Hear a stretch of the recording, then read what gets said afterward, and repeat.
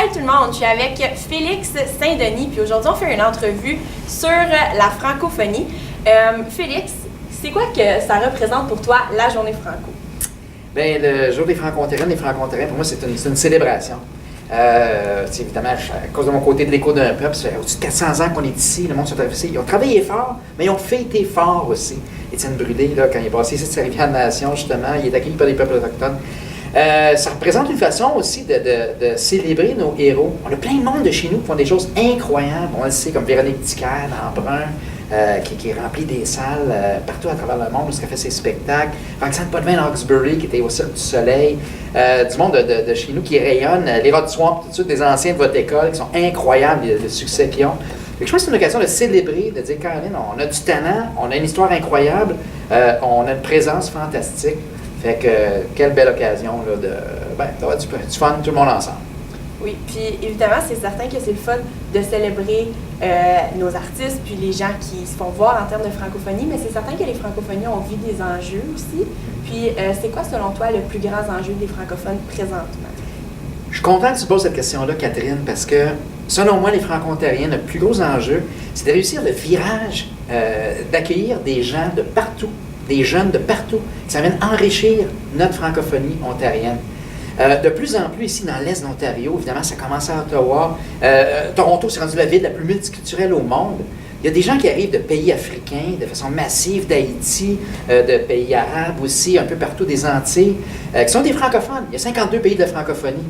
Puis, comme franco-ontariens d'origine canadienne-française, bien, les gens d'ici, j'espère qu'on veut embrasser cette force-là. Moi, j'appelle ça la franco-force de la diversité. On a tellement à apprendre, puis on s'ouvre vers le monde, on s'enrichit de ces gens-là.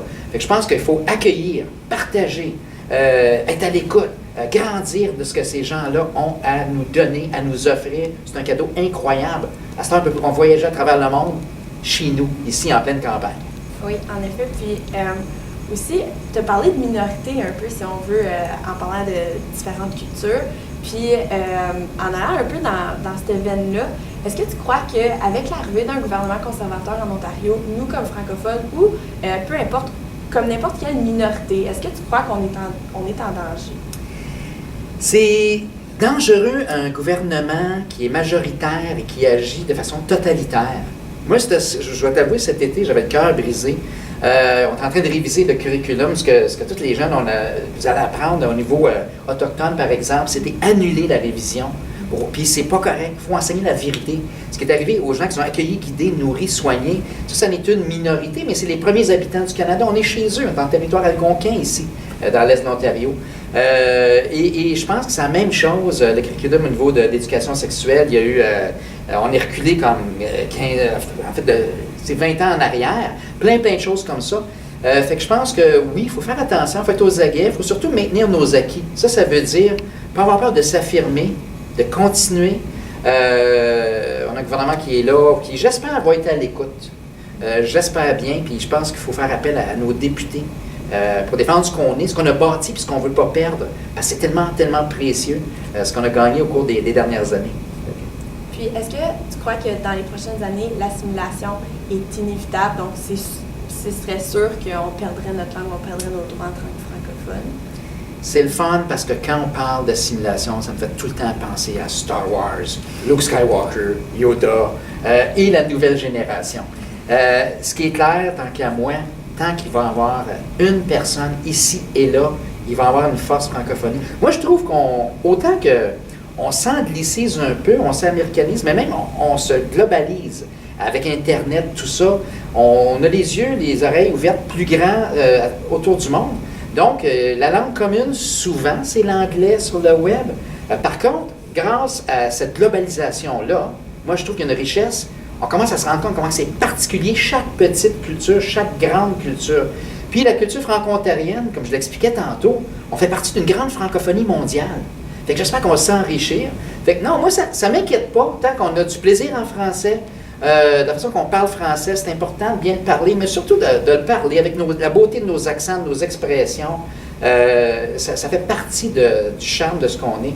Donc, ça ne m'inquiète pas beaucoup.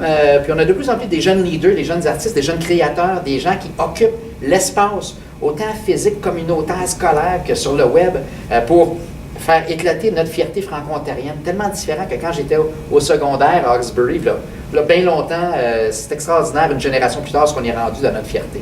Mais c'est quoi, nous les jeunes, on peut faire pour Oui. préserver notre C'est ça. francophonie? Donc, justement, de le côté s'amuser en français, on a des gens quand même dans la région ici que des fois, à la maison, il y a un parent qui est anglophone, un parent francophone. C'est correct si on s'enrichit, mais en même temps, ben, moi, je pense que c'est de donner la chance à être utile en français. C'est ça la clé. On ne s'assimilera pas tant qu'on ne sera pas utile en français, mais en même temps, c'est important, c'est donner un sentiment d'appartenance. Pour savoir d'où on s'en va, il faut savoir d'où on vient. C'est une vieille expression qui est vraiment classique. Puis, ben ça, je pense qu'on a autant la chance de découvrir notre histoire encore plus. Moi, je regarde avec l'Écho d'un peuple, parce qu'on a eu la chance de vivre et de faire vivre avec des tonnes de jeunes qui connaissent beaucoup plus l'histoire qu'avant. Mais en même temps, il faut regarder où est-ce qu'on s'en va dans le futur. Puis, je pense que la plus belle des choses qu'on peut faire, c'est de consommer du matériel en français de nos créateurs de chez nous et d'ailleurs aussi. Bien, parfait. Bien, merci beaucoup, Félix, d'avoir été avec nous pour cette entrevue franco. Puis j'espère que toi aussi, comme nous, on va continuer à promouvoir la francophonie le plus possible. Absolument, Catherine. Ça fait un grand plaisir. Merci beaucoup. Merci.